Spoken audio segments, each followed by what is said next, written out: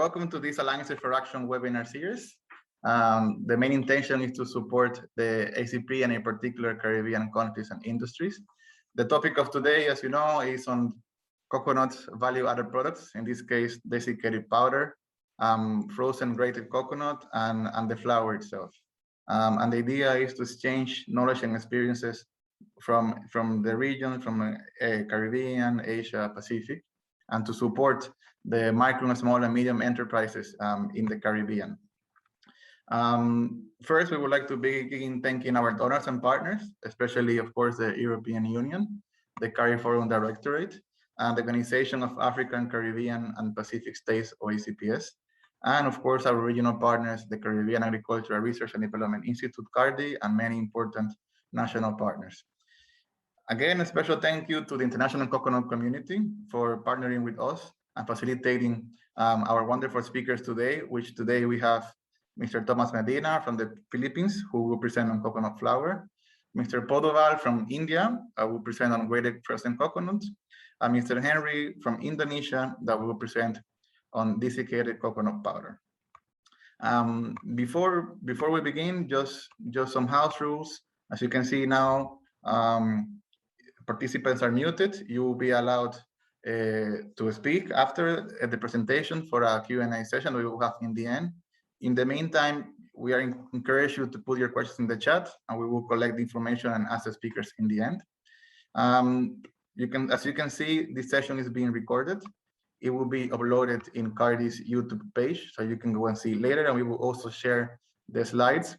So then in 2 weeks or 3 weeks time, we are going to have a technical session only for Q&A, only for questions and answers, where we can go back to the content we have shared today, and then we have specific questions. First, allow me to give the floor to Ms. Delfina Alo from the International Coconut Community for some opening remarks. Delfina, good morning, good evening in your end. Please go ahead. Let me. Sorry. Yes, try now. Yes. I have to open my video first. Yes, no problem. Okay. Can you? Okay. Can you see me? Yes. Okay. Oh, good. Please go ahead. Good morning, all, and good evening to speakers from India, Indonesia, and the Philippines, and distinguished resource speakers and our colleagues from ITC and CARDI and other institutions, ladies and gentlemen. And it is a great honor for me on behalf of ICC to express our warm welcome to all of you on Alliances for Action webinar series, the third webinar with the topic coconut desiccated powder, grated frozen coconut and coconut flour, in collaboration with the International Coconut Community and International Trade Center. Yeah, I hope that today's webinar will inspire excellent ideas and fruitful discussions around the development of business plans for coconut desiccated powder and also grated frozen coconut and coconut flour for the local and global markets, of course, for the benefit of our beloved coconut farmers and their families, and for supporting the resilient and sustainable coconut industries in Caribbean and also in other coconut producing countries. So I look forward to your active participation and a vibrant dialogue during this webinar. Thank you so much for Mr. Henry Yonathan from Indonesia and Mr. Tomas Medina from the Philippines and Mr. Poduval from India. Thank you. Over to you, William. Thank you very much, Delfina. As always, it's a great pleasure. And again, yes, to reiterate our appreciation to the speakers. Right now, we have 50 participants online. In our records, we have 125 registered. mainly coming from the Caribbean. Looking forward for this important knowledge that our speakers were going to be sharing today. So to begin our session, I would like to ask Mr. Medina if you can please submit yourself and make the first presentation. Just allow me 2 seconds to share your slides.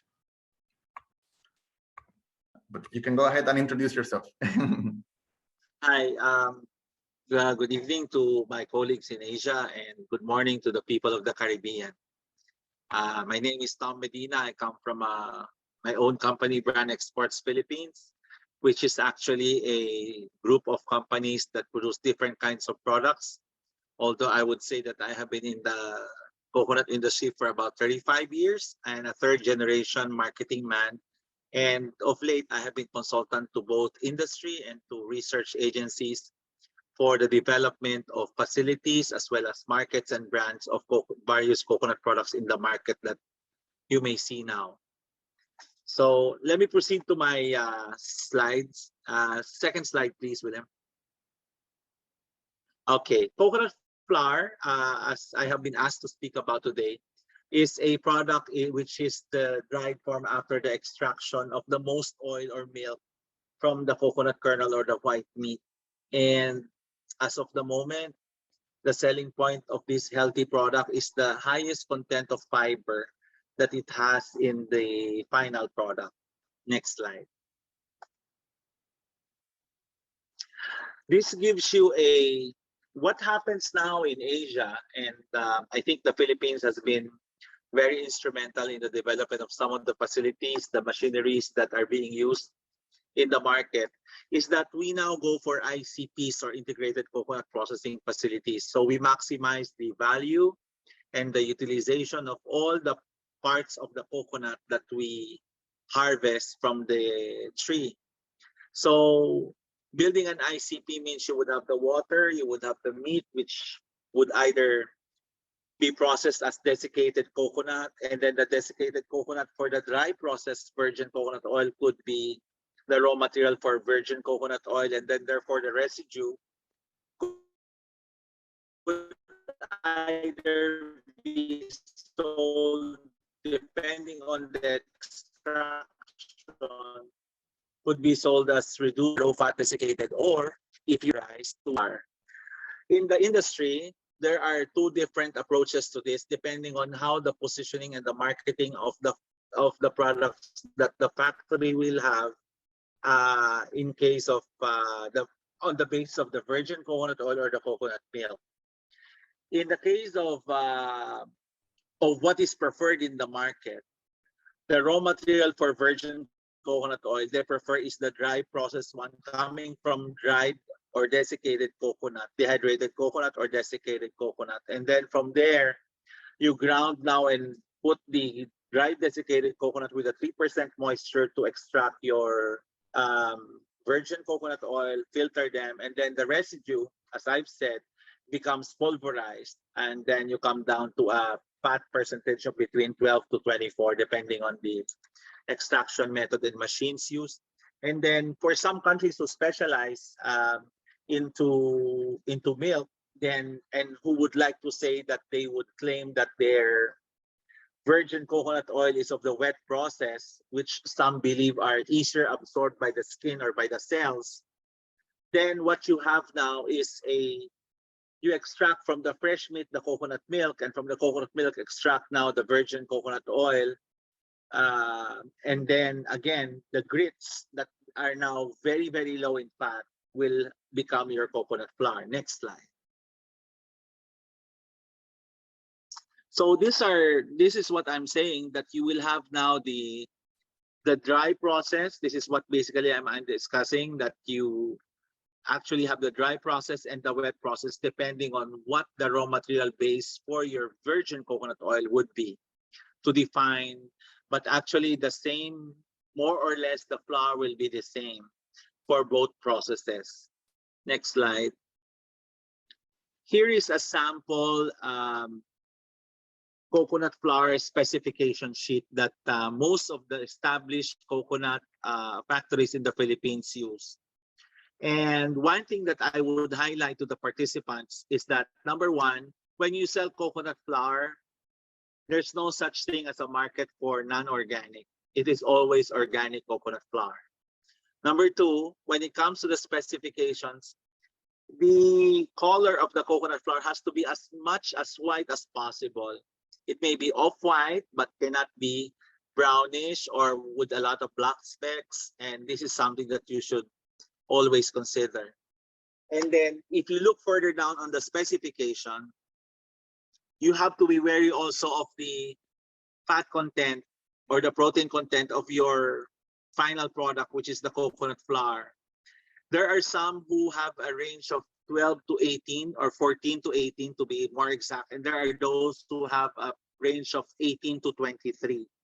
Now you tell me which one is preferred. It depends on the brand and the user if it is a factory, because what happens is that if it is something that is to be used in the household, what you want to do is to have something which has lower fat and the fiber is a little lower, because in the application that we have in the market, normally coconut flour is not used purely as coconut flour. The ones that are being produced on the market, whether they be bread or cookies or whatever, they normally blend coconut flour with banana or almond flour just to soften the high fiber content of the coconut. And then also you have to be very wary about the heavy metals content. This is something that some of the buyers and the users are actually very, very concerned about. Not to mention the protein and ash content of the flour. So since I'm sharing this, then you can have this and review them later on. Next one. William, next slide, please, William. Next slide. The coconut flour is meaning integrated. One more slide, please. Coconut flour. Okay. Now there's a spec where, no, you go up. How come we don't have the same slide? Wait, where did that go? Okay.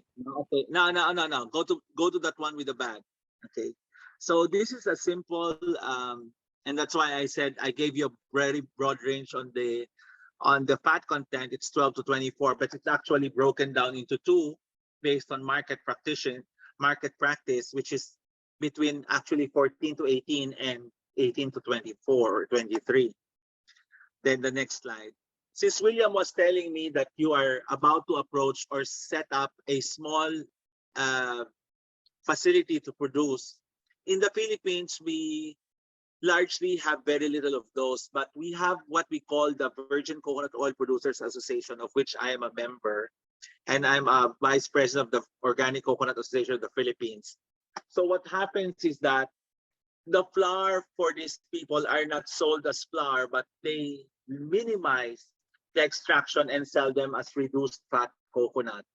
But because if our intention for a particular Caribbean island country is to produce coconut flour and specialize in coconut flour, then I would suggest you follow. In the Philippines, we depend on consistent number of coconuts inputs that you would have into the facility. And this one, I think, is speaking of about 20 metric tons per day. But just like in the earlier discussion before we got on to the talk, I was sharing with William that back in the 80s, when I started my career into coconut, in the late 80s that is, Sri Lanka then was producing desiccated coconut in very small farm-based, community-based dryers. And it would take them a month to fill up a 20-footer because there would be, 5 communities producing for 1 container. And so that was to a disadvantage because there was not much technology yet, and there was not much control as to food safety and production values.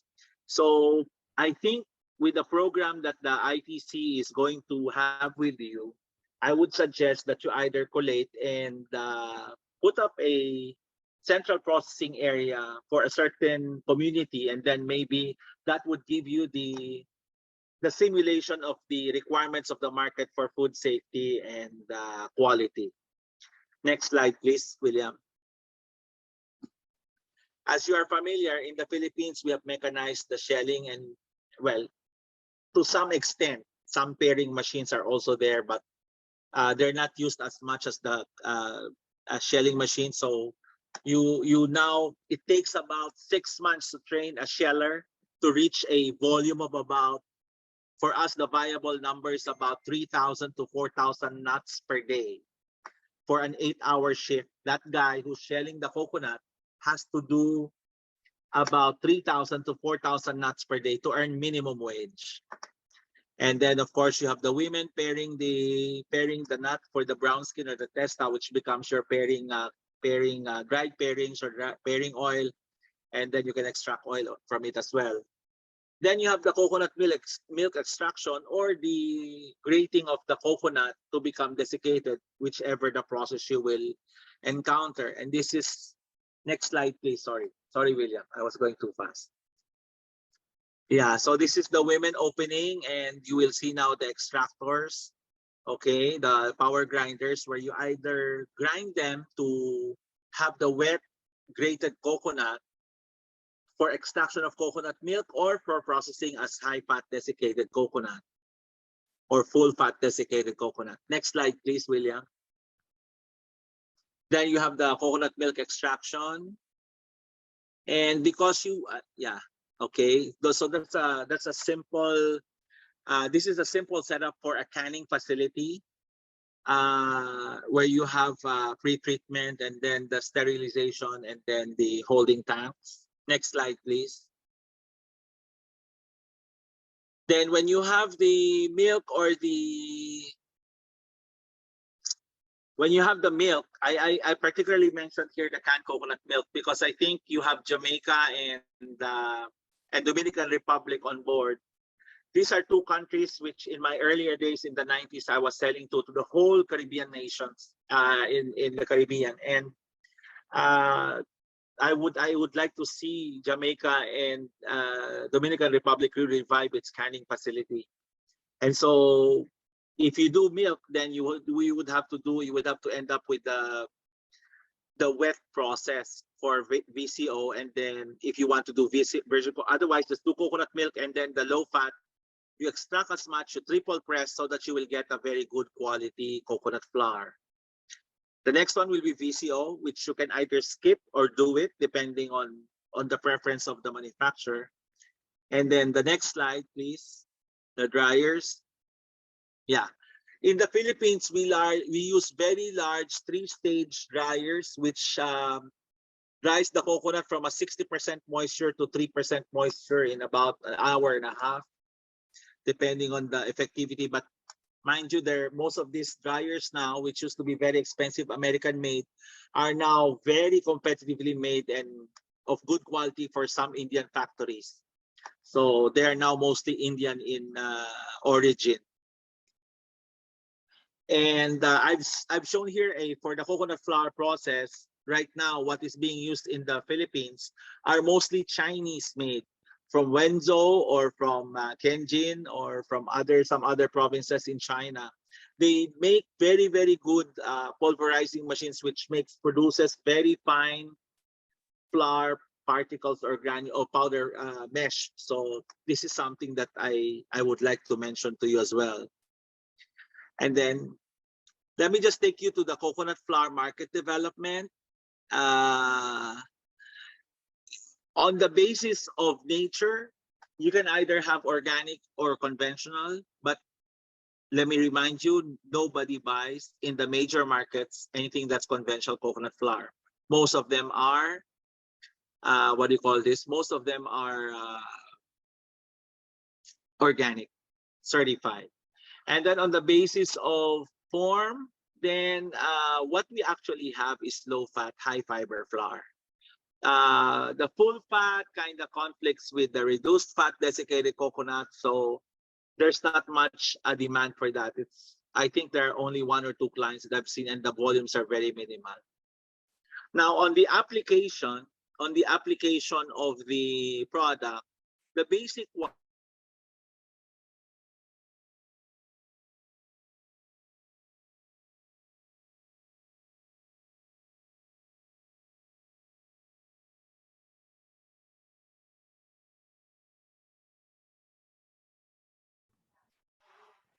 Hello, we seem that we may have lost Mr. Medina.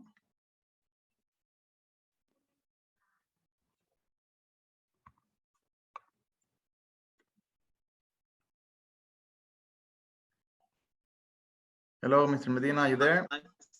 Our bakery products,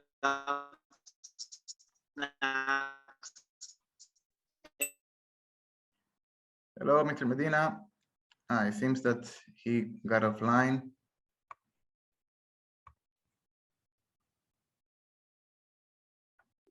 Yes, sir. It seems that you got offline for 1 second. So, okay. Yes. Are you back now? Okay. Yes, good. Very quickly. So we're talking about a health product application as well as non-food product application for coconut flour. Like for exfoliation, there are some companies already using it, but they are still very few. Markets, there is, of course, as we said, you sell to factories who use them for bakery products, for snacks and biscuits, and then business to consumer because they're packed in 1 pound bags, stand-up pouches, as you will see later on, and they're actually sold in hypermarkets, in convenience stores, in, of course, healthy stores, online retail. But there are markets where they're sold in bigger packs, like 5 kilos, especially in the Middle East. And then on the basis of region, then normally you cover a lot of them using already starting the coconut flour. And then on the coconut flour market, let me share this to you. The past few years saw a growth of coconut flour to about $522 million in annual sales we are expecting that we will grow to about $522 million in 2026 from a low of $360 million in 2019. So the aggregate growth projected by most research agencies that I consult with is about 5.3%. But given the new directions of coconut flour, we might grow it to 7.8% by 2026. And the only reason why coconut flour is not growing as fast is because there is very little R&D and marketing being done on the product. Okay, so next slide, please, William. Next slide. The top producers and customers for customer brands. So in the Philippines, you have most of the large factories like Peter Paul, Primex, or Coco Davao, Celebes, and Aya Organics, Millennium Specialty, and even Century, who are producing coconut flour. And the clients for private label are the likes of Bob's Red Mill. Bulk is Van Amerongen in Canada, Edward & Sons in the United States for retail. Smith Naturals is, of course, an Indian brand. Nutiva is, used to be one of the biggest brands. And of course, there's Millard's. Okay, next slide, please. So, what's the market situation? What gives you hope in the coconut flour is that there's high demand for coconut and for healthy products. The challenge is that will we be able to produce enough, especially now that there's a slack in the market of the virgin coconut oil, not only because, mainly because of the logistics issues, so that the warehouses are either still full or they're short because of the late arrival of the products. Number two, there's high demand for gluten-free products. And so coconut flour actually goes in there. But again, what is the challenge? The challenge is that during the last ICC conference, I shared to most people that the industry is projecting a shortage of raw material worldwide for coconut in 2023 or 2024. So that could either hurt the projections of most research people who have done their planning for large companies this year. And that's all the way through 2025 or 2026. And the reason why it's also not growing as well is because not a lot of people know that there's no R&D yet as to how to use it pure in the market. So that's one. And then increasing volume, but the price has come down. You will see later on the next slide what price do we have now for coconut flour. And then as I said, there's increasing volume but lack of R&D and logistics issues. And then the brands, the challenges for especially for you who will be coming from the Caribbean is that the compliance and branding that you may pursue. And my prescription to you is that you do the compliance, sell to brands, but create your own brands because there is profit into creating a brand for the Caribbean. Next slide, please, William. Okay, these are the historical prices that I have sold coconut flour for in the past 7 years. And as you can see, there's a sharp drop of, well, not 1/2, but about 1/3, simply because, as I said, there is usage. There are some people who are using it, but not as much because of the lack of R&D. But we hopefully, as we said, the health application into high fiber supplements, into exfoliation products for the beauty and cosmetics players will be something that will bring this up again. And when you see the shortage of raw materials in 2023 or 2024 or 2025, then naturally all of this will go up. Unfortunately, even if copra for coconut oil has gone up, coconut flour and virgin coconut oil has not gone up this time. It's only desiccated and coconut oil which has gone up. Next slide, please.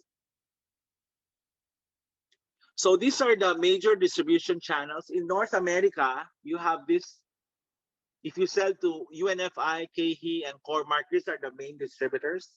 And if ITC is able to organize a group approach for you guys who are doing coconut flour, it may be that a branding scheme will work because of the story that it will tell about uplifting the Caribbean coconut farms. And then offline, the large retailers, of course, like Walmart, and everybody buys their own house brands. And of course, Costco is there. Then there are some bakery. So that's why they have Horeca. Online stores, I think there are thousands of them. And company-owned distribution companies, mostly do have them in the States and in Canada.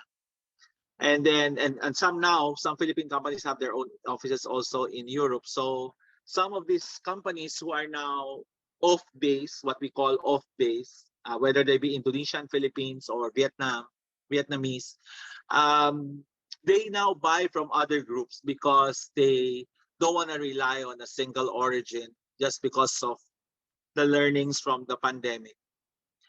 And then purchasing groups, you have Eurasian, Agricor, EMD, AMS, Compass, National Grocers, and then you have the specialty shops and club stores like Sam's Club and Costco. So what are the next slide, please? So what are the challenges? Number one is stable supply of coconut. So hopefully we will have a lot of replanting, just like what our coconut policy leaders have pronounced during the last ICC. And then stringent certification and compliance requirements. This would either cost, but with ITC behind you, I think this is workable. And then you have to understand now that in the market where we play, even if it is coconut, product life cycles are not as long as before, meaning you have to reinvent the product from time to time for it to stay long there. So maybe if before you would have a product life cycle of 5, maybe now it's down to 2.5 or 3. And then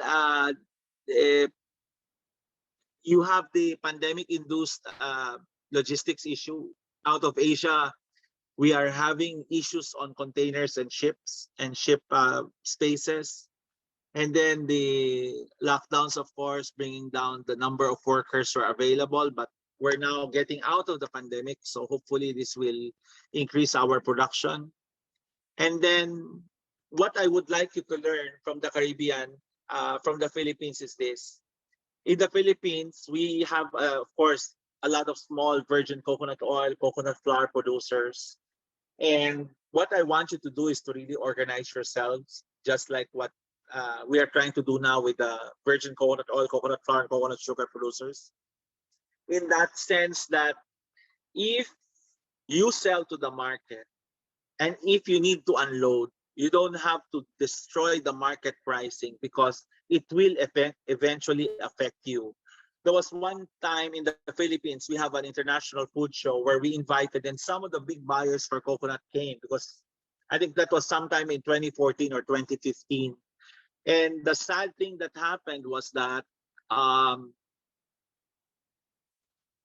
the small producers who had stock to unload started offering at very low prices just to recover costs, not even make a profit. So at that time, the price of virgin coconut oil, I think was about $6.50 to $7. And then suddenly the buyers started hearing prices of $4.50 and $4. And that kind of brought down the market. And so that will not allow you to grow, and that will have limited resources for you to grow. I think you need those resources for you to continually improve and share whatever the market is there, because compliance costs a lot, and that's something. And as I said, I would repeat again, logistics. I don't know if the challenge is the same from your end, but from our end, it is a reality that affects our business in the coconut industry. Then the last slide. Next slide, please, William. Okay, these are some of the brands that I'd like to show you. You have Nativa, you have Let's Do It Coconut, there's Cecile, it's a German brand. And then in my recent trip last 3 weeks ago to Canada, there is a coconut flour tortilla chip. So I think you are familiar with that. And then of course the Indian brand Smitten Naturals. So thank you so much for giving me the time to share with you. I hope that I would be of help to you. As I said, we don't only do market, we also do setting up of facilities, and we have a team of engineers and R&D people from the Philippines who help people in Africa, in Indonesia, in Vietnam, in other places where there is coconut. So thank you so much, and have a great evening or great day ahead of you. Thank you very much, Mr. Medina. It was a wonderful presentation with all the insights on the production itself and also on the commercialization. Very good advices for the Caribbean as well. So I'm pretty sure that you will have a lot of questions in the end of today. So thank you again for this and sharing your knowledge from the Philippines. For our next speaker, we have Mr. Poduval from India, presented the grated frozen coconut. Good evening, Mr. Poduval. Are you able to unmute yourself? And good evening. Good evening. Good evening. Yes, and if Midula can help me to share the slides of Mr. Poduval, please. Yeah. So I'm basically from the Coconut Development Board, and I've just retired from the board. I have actually served almost 33 years in the Coconut Development Board of India. And now actually I'm working as a consultant on basically coconut processing. I have also done a lot of projects on coconut, basically in India.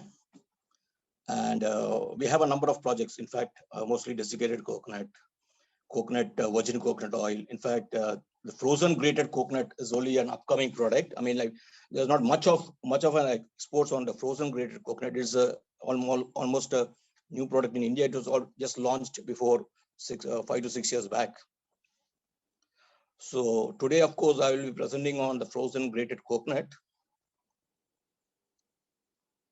Yeah, can I have the slide? Okay, Mimidula, are you able to share the slide or should I do it? Let me do it in the meantime. Yeah.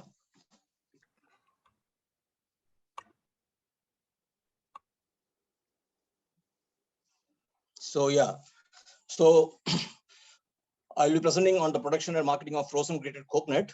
In fact, this product is almost, like similar to the fresh coconut, which is a replacement for the fresh coconut. The fresh coconut, in the sense, it is along with the moisture, it is slightly different from the dried coconut. The desiccated coconut is the dried form, and this is in the wet basis. So this is mostly used in the household activities, household, where actually Kerala is one of the land where you use a lot of coconuts, and coconut flour is that right now actually Kerala, we have a very large consumer. Kerala is the very largest consumer for the frozen grated coconut.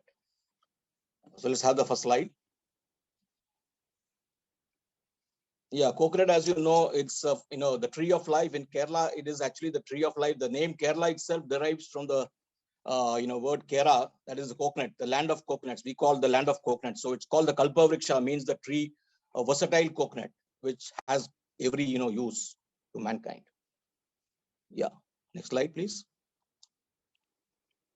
Yeah, and just to give you a background, coconut, actually in India, if you see the coconut is, we have almost around 2.1, it covers around 2.1 million hectares and in 16 states and 4 union territories. And in fact, the Kerala, Tamil Nadu, the southern region, especially the Kerala, Tamil Nadu, Karnataka, Andhra Pradesh, which contributes around 89% of area and 93% of production. So most of the production is concentrated in these 4 southern regions. And more than 80% of the coconut holdings are owned by the small and marginal farmers. That is the main drawback here in this thing. You have only very small scale processing of coconuts. Mostly most of the units are very small scale basis. The annual production is around 23,798 million nuts, which is the largest producer coconut. Right now, India is, I think, one of the largest producer of coconut. And coming to the importance in terms of GDP, the gross domestic product, it contributes more than $3,568 million US. The export earnings has gone up, it's around 686.58 million US with mainly the exports are mainly concentrated on the activated carbon and the coir products. Of course, we have the other products also, but they are not very, they're very meager in nature. There's not much volume in that particular thing. Next slide. Next slide, please. Yeah, this is the global coconut scenario. We actually are today still, India leads in the coconut producing, followed by Indonesia, Philippines. In fact, all these 4 regions covers more than 80% of the total production. Coconut in India, Indonesia, Philippines, and Sri Lanka. Yeah, next slide. Next slide, please. Can I have the next slide? Yeah. Yeah, this is just to denote that we, these, as I told you in the earlier slide, Kerala, Karnataka, Tamil Nadu, Andhra Pradesh, we are actually the largest producer of coconut in India. Next slide. Coming to the international scenario, in fact, India, if you see the export figures, although India is very, large in the case of production, India is a very large producer of coconuts, but still, if you see in terms of export volume, it's not much contribution. It comes only next to Philippines and Indonesia. It's around 651.70 million US dollars, of which only the share is only around 9.31%.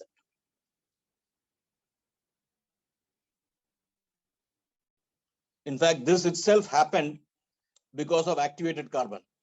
Because India has become a very large exporter of activated carbon. The food products, we still need to go a long way as far as the coconut food-based products are concerned, especially, like desiccated coconut, because there's a huge consumption within the country. India is a country with a large population. We have very large, consumption of desiccated coconut, and we consume coconut in every field, not only for the homely preparations. We use them for all our sweets, biscuits, confectionaries.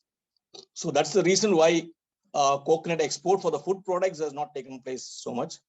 Although if you see in 2020-21, we have gone up to around 310 in terms of $310 million. Okay, that's a percentage growth on 30% growth during the last few years. Yeah, if you see the major products which are exported are basically activated carbon. In fact, the frozen coconut is only around 51,701. If you see the 2018, I have the 2019 figure, which is roughly 15,744. That is actually, you can, this is in crores. If you add one more zero, it's around 157,444 in terms of rupees. Okay, this is in terms of rupees, which is roughly, you can say around 186.86 million US dollars. Next slide, please. Now this coconut, actually, if you see coconut, the coconut, the fiber itself, you see the coconut itself, the raw coconut, it's such a healthy product that if one uses this daily, a regular use of coconut, it can in fact change your life itself, because it's the fiber. The coconut, it is basic the fiber which actually gives all that energy to the product. The fiber is a very good product for reducing your cholesterol. And also, if you see the coconut, it's a very good region for, as far as oil is concerned, it is very good. It prevents premature aging of skin. It's a very it has got a lot of cosmetic applications. It strengthens the immune system itself. And there has been a lot of studies on its antiviral and antibacterial properties. So coconut is to be used, like a person who using coconut regularly can definitely, improve his health. Apart from all that, if you see the coconut, we in Kerala use coconut in our daily diet. And that's the reason why, actually speaking, in Kerala, if you see, we actually coconut is consumed as an energy forming food. Okay, it restores the thyroid functions, it increases the metabolism rate, it facilitates the absorption of calcium by the body. So these are all some of the reasons why we include coconut in our daily diet. Next slide. Now, if you see the major value-added products, if you group them into 4, in fact, the kernel-based products, which are basically, like the traditional products, there is copra and coconut oil. Apart from that, there are a lot of value-added products like desiccated, of course, frozen sliced coconut is there, frozen grated coconut is there. We have coconut chunks, which is nothing but cubes, coconut coming in thick cubes. Coconut chips, coconut milk, milk powder, and of course, coconut milk is such a value-added product there. And we have a lot of products from virgin oil itself, face creams, body lotions, manufactured from virgin coconut oil. And coming to the inflorescence, in the recent years, I think in 2016, India has produced Nira. Nira is nothing but the coconut, it is actually called the coconut toddy, which is in the unfermented coconut toddy, okay, which acts as a non-alcoholic drink, where we reduce the alcohol, we bring it to 0% alcohol, and with that we manufacture sugar. Okay, coconut sugar is manufactured, coconut jaggery is there. In fact, India, there are a lot of farmer producer companies who are producing coconut sugar on a small scale, not on a very large scale. And this is one of the best products as far as diabetics is concerned. Even those people, it has got a very low glycemic index. And that's the reason why this sugar is regarded as a very healthy sugar. And compared to the water-based products, we have the tender coconut water as well as the mature coconut water. The mature coconut water, the tender coconut water is more nutritional, of course. When you come to the mature coconut water, it is actually a byproduct. And a lot of processing units who do integrated processing, like use coconut water as a soft drink as well as for coconut vinegar. And there's another product which is called Natalie Coco, which is actually a very famous product. I think in India also Natalie Coco is being produced today. It is nothing but a coconut jelly, a fiber-based product, which can be added on as a diet filler. It is used in soft drinks also nowadays. Apart from desserts and fruit salads, we use Natalie Coco as a filler. And we have the other products from Shell also, like activated carbon, Shell charcoal, Shell powder, And in fact, India is one of the largest producer of activated carbon in the country. Next. Now coming to the product, the frozen grated coconut. In fact, it is nothing but the inside flesh of coconut, which is obtained by grating of coconuts and subsequent blast freezing. Okay, this blast freezing actually we do it at 32 degrees. Okay, minus 32 degrees is a slight mistake there. It's 32 degrees centigrade. It's used as a substitute to grated coconut. Wherever you use grated coconut, I think this can be used as a substitute, because today there's a very good, like the lifestyle has changed. Both the husband and wife starts working, so naturally this is in great demand in India, especially Kerala. We use this as a substitute to grated coconut. We use it for coconut rice preparations, for all our traditional curry preparations, smoothies, desserts, and chutneys. We use a lot of chutneys also there. So grated coconut is one of the main product being used in the household levels. It is also very rich in fiber, and most of which is insoluble, and this aids in improving the bowel movement. And the high fiber actually, it doesn't add any calories. It gives you it actually gives you a feeling of that your stomach becomes very full, and it prevents you from any overeating. Yeah. Now coming to the nutritional aspects, if you see, the protein is around 3 grams, carbohydrates 10 grams, 27 grams is in terms of the fat content. And you have the other minerals also. You have traces of fiber also in it. Okay, the manganese, potassium, and selenium are other minerals which are present in the grated coconut.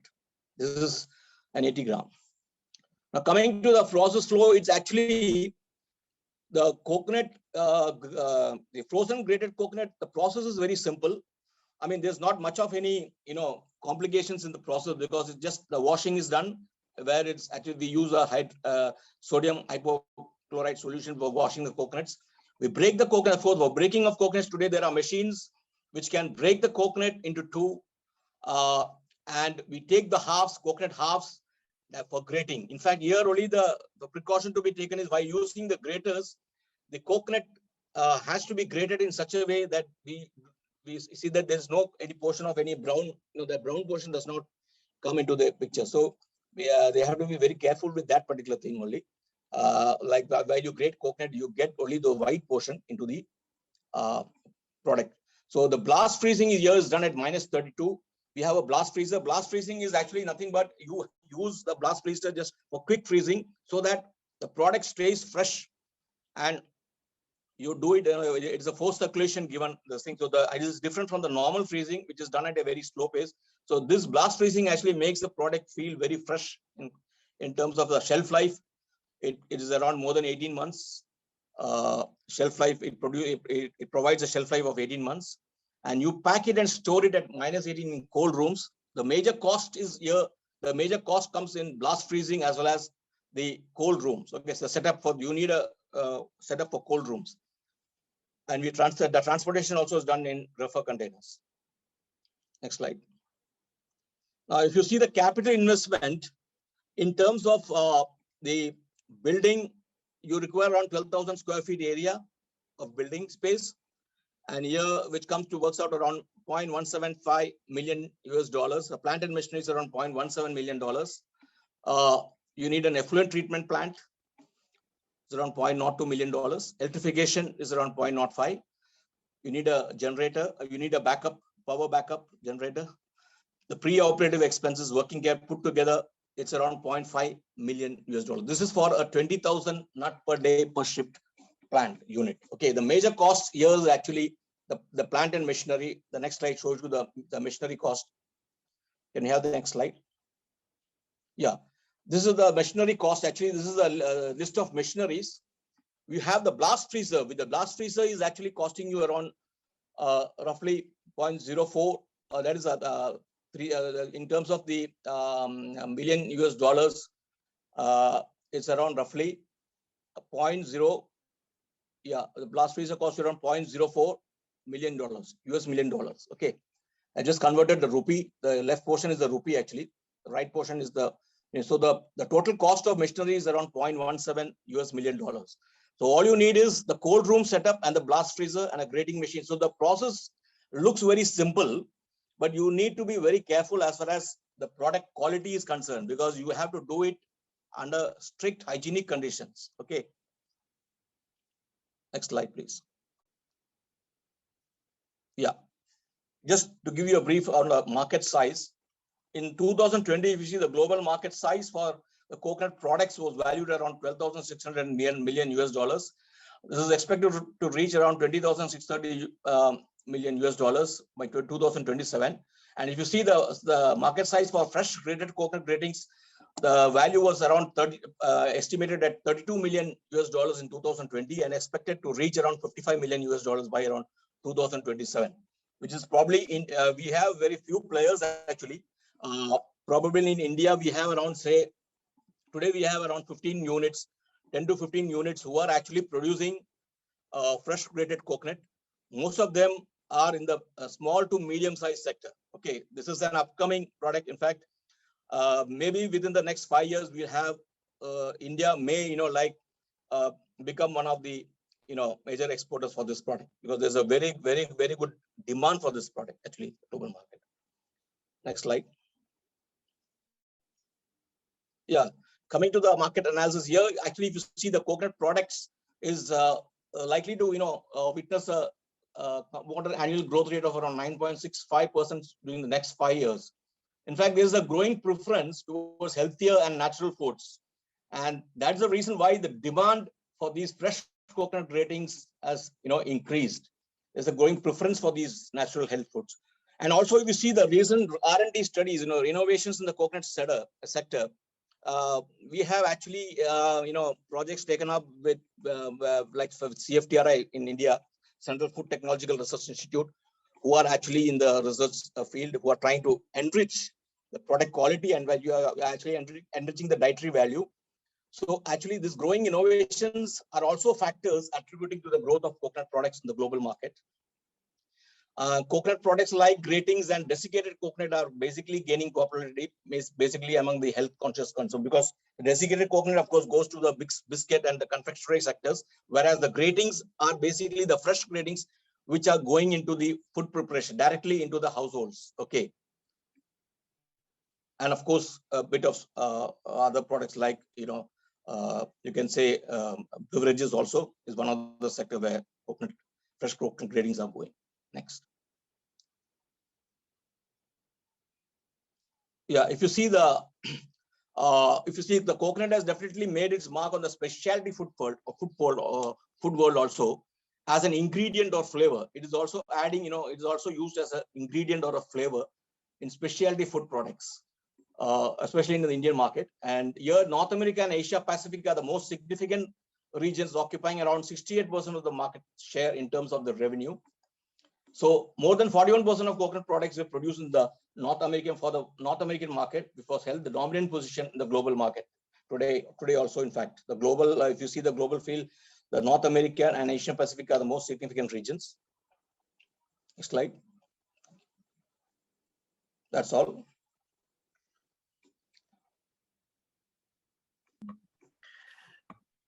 Thank you very much, Mr. Poduval. It was very, very interesting, very specific.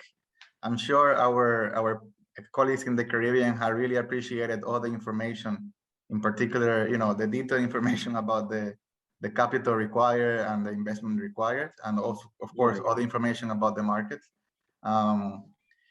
As you might have already seen from, let's say, our interactions, most of our entrepreneurs, they don't reach the 20,000 coconuts per day, but that's, of course, that's the ambition. So yeah, we really look forward to working with them in alliances. We have this alliances for action approach of working in partnership to support the entrepreneurs in the region. So definitely, this was a lot of good information that it will be very useful for them for the development projects. Thank you. So thank you very much for your presentation. Thank you. So yes, next I would like to invite Mr. Henry from Indonesia, and he will be presenting on desiccated coconut powder. So again, we thank you very much, Mr. Henry, for your participation today, and we look forward to your presentation. So I don't know if Midula can share now or if she would like me to do it. Problem, Williams, I can share. Thank you very much. Well, thank you so much, Ms. Merdula.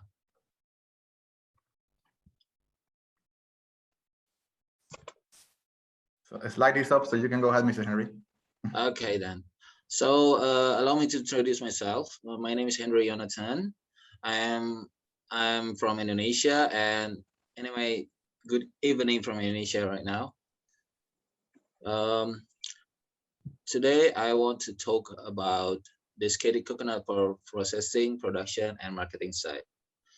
Next. I'm start with the coconut raw material inspection.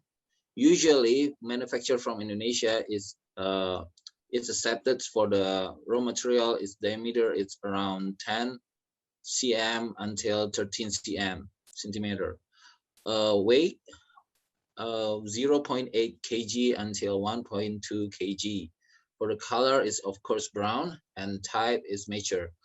Why is not using the below 10 cm? Because, and also why we are not using for the weight 0.8 kg, because the size for the coconut themselves is actually it's not suitable if we are using for the smaller than that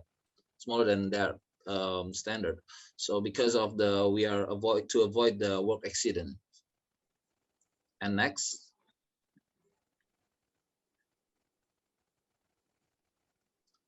I make it fast with the production process here.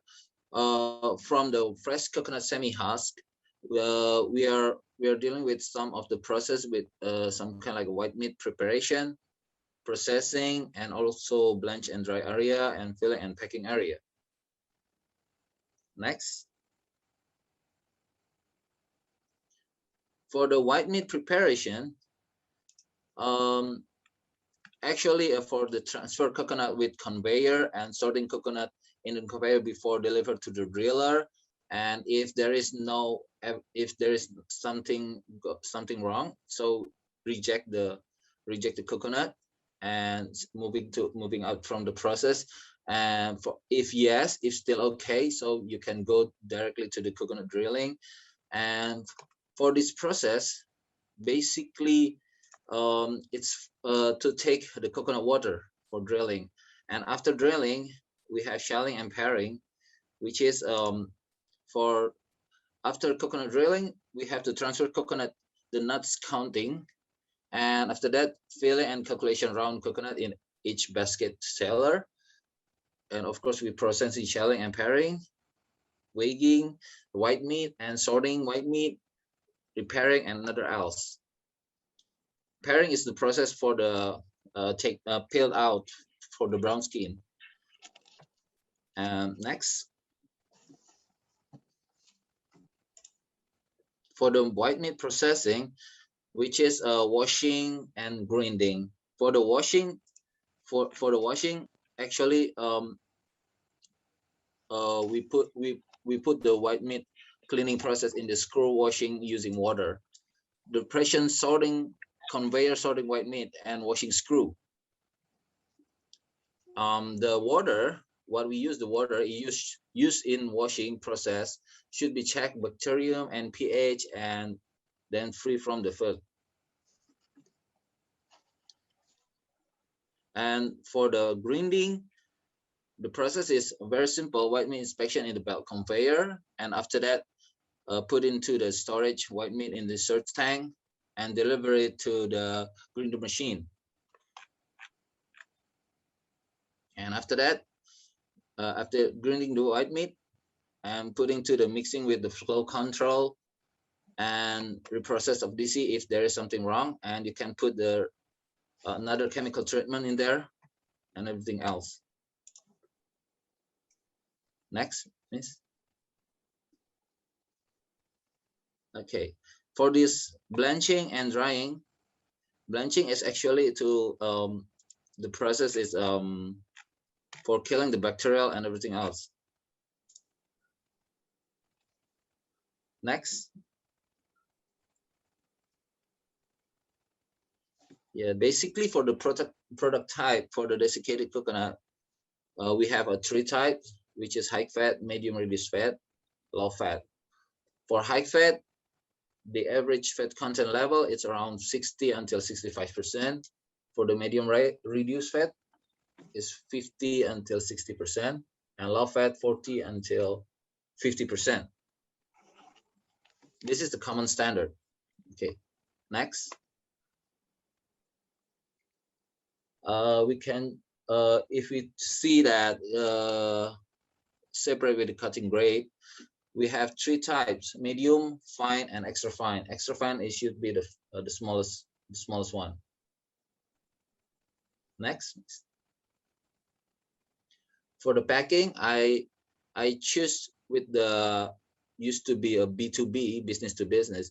So I'm usually using the craft paper bag or PP woven or poly bag.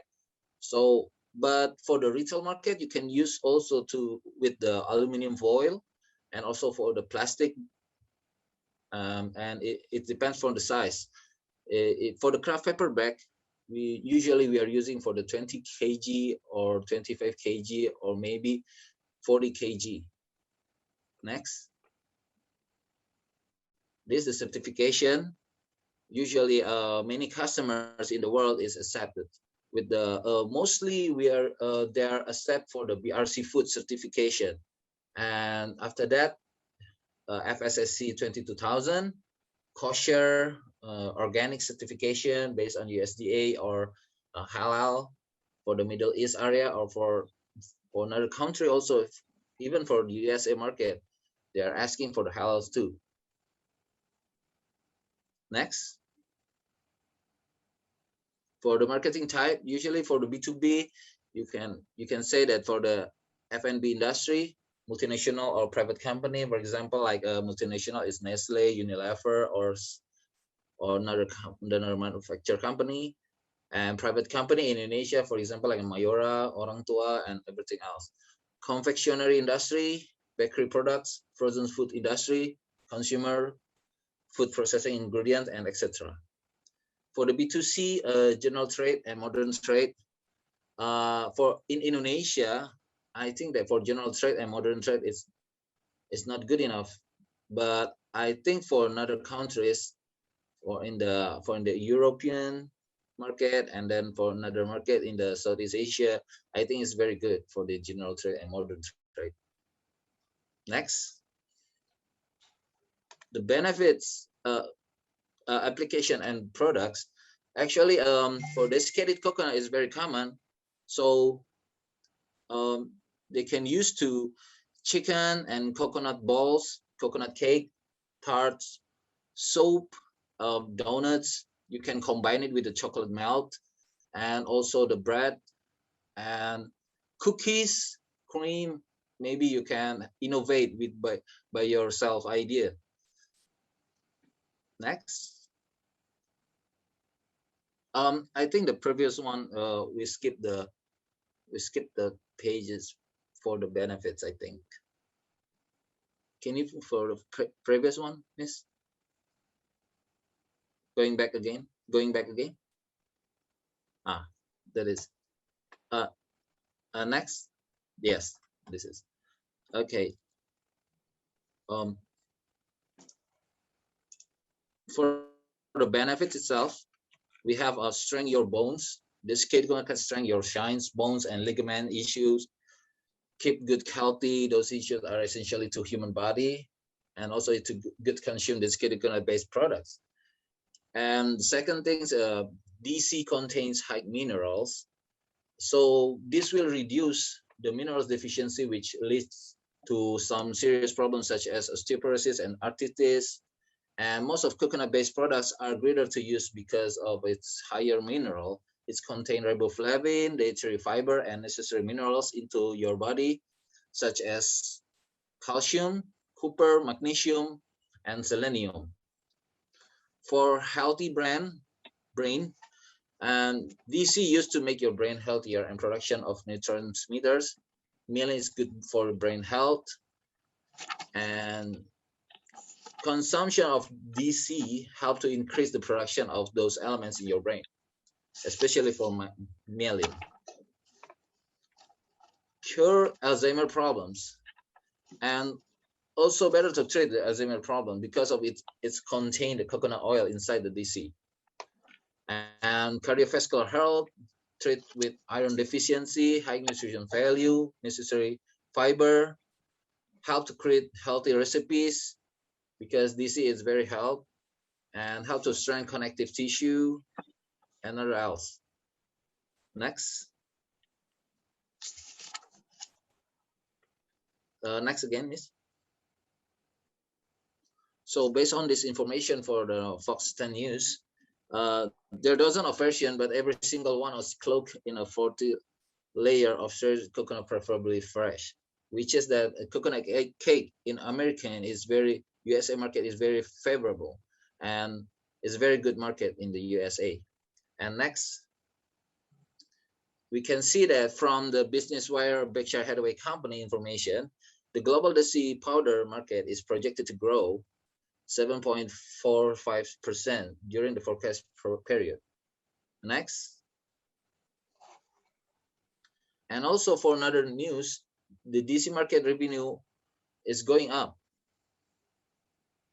Next, Miss. And this is for the information from the CBI, Ministry of Foreign Affairs. The EU market potential for DC, largest important DC, is very good for the European market. Okay, next. Well, that's all. Thank you for your time. Thank you very much, Mr. Henry, for sharing this great presentation. I already have some comments in the chat, thanking you for this presentation, and then also some questions that have been directed to me directly. Maybe I will take opportunity for that while you're here, Mr. Henry. They have a question regarding desiccated coconut. Production, at what stage is the white meat blanched? That was a question I got directly. Would you be able to answer that? I'm sorry, can you repeat again, William? For desiccated coconut production, at what stage is the white meat blanched? The blanch. Yes, there is a blanch. Blanch? Yeah, blanch at what stage is the white meat blanched of the production? It's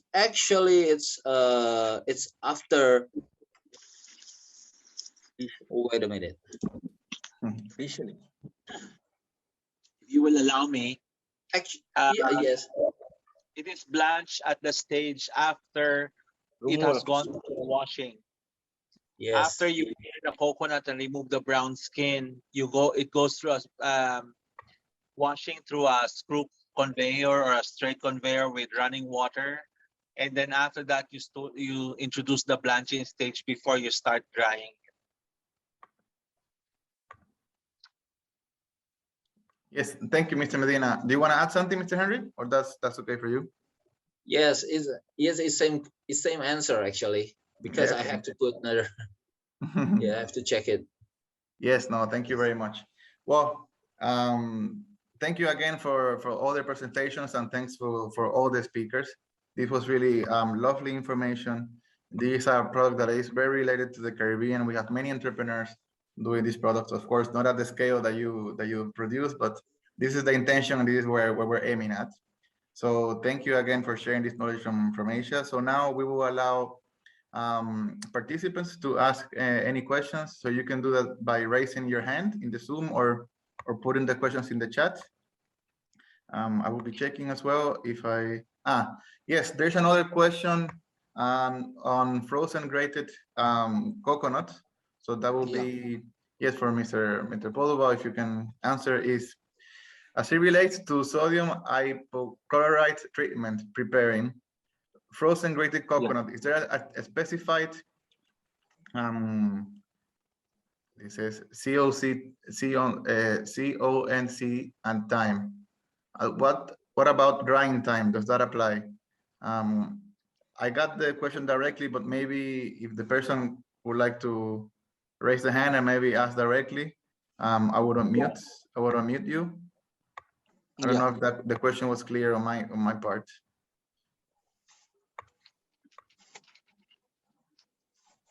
Thank you, Vincent. Concentration. So yes, I see the hand up. So let me, yes. You can go ahead, Cheryl. Yes, please go ahead. Yes, good morning, good afternoon, thank you. Yes, I was just wondering if there was a particular concentration for the sodium hypochlorite solution that is used, and if there's a particular time that you treat it for. Pardon me? Yeah, it's around 100 ppm. 100 ppm. 100 ppm. Okay.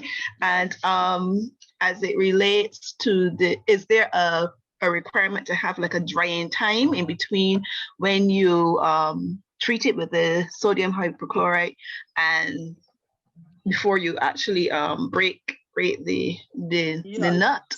Roughly, yeah, maybe you do it for around 10 to 15 minutes. Okay. 10 to 15. May I add something? Yeah. Yes, please go ahead. Based on my experience of setting up factories, let us call it properly as SO2 or sodium metabisulfite.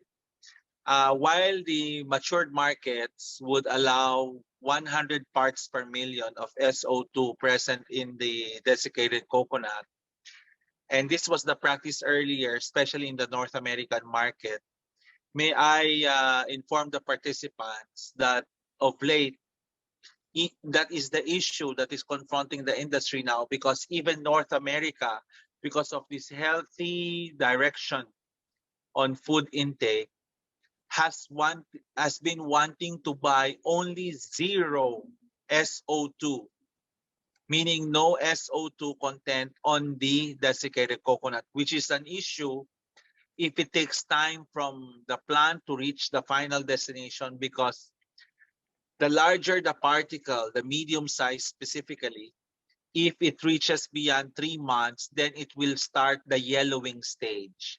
The coconut, desiccated coconut processed properly will still be usable, but if it is SO2 free or sodium metabisulfite free, then what will happen is that the yellowing will start. Now, my suggestion to the group from the Caribbean is to produce desiccated coconut at 50 parts per million. Half of that, because some European countries and some US buyers would accept that kind of a product. Thank you, Mr. Medina. Very good information and very good advice. I have, I see Mr. Rainier with the hand up. Please, you can go ahead. Yes, sir, we can hear you. Can you try speaking? Hello. Yes, and good. Can you hear me? Yes, please go ahead. We hear you.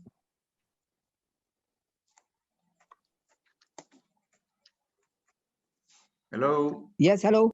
Can you hear please, me? Yes, please go ahead. Go ahead. Okay, seems that the connection is not good. Let me check the chat if we have any other question. Also, please, I would encourage the participants to raise their hands. Well, in the meantime, I will also take the opportunity to announce that we will have a particular session on question and answer on the 23rd of November, same time with the same lovely speakers. So you can go back to the recording. We will share the recording. We will place in Cardi's YouTube channel. We will share the slides so you can look at all the content and then come back with the specific questions on that date. It will be on the 23rd of November, same time, so in 2 weeks.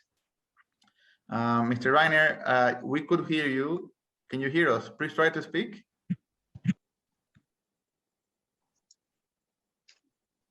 It seems that he is not able to hear us.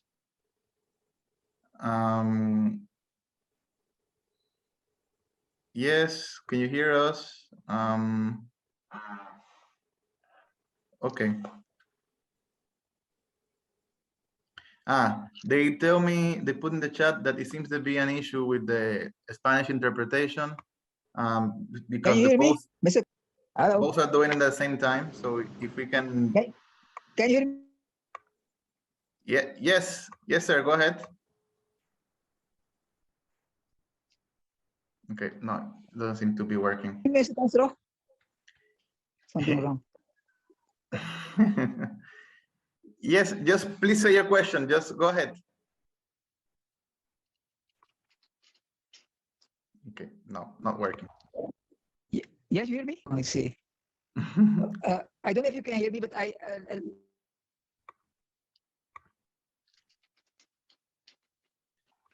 Okay. Do we have any other questions for the moment, or we want to leave every other questions to the session on the 23rd?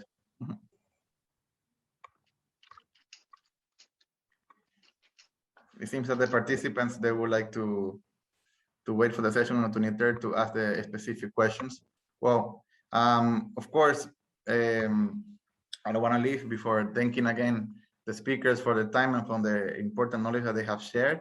And thanks again, of course, to our donors and partners for this session, in particular the European Union, the Carry Forum Directorate, and the OECPS, and of course, a special thanks to the international coconut community.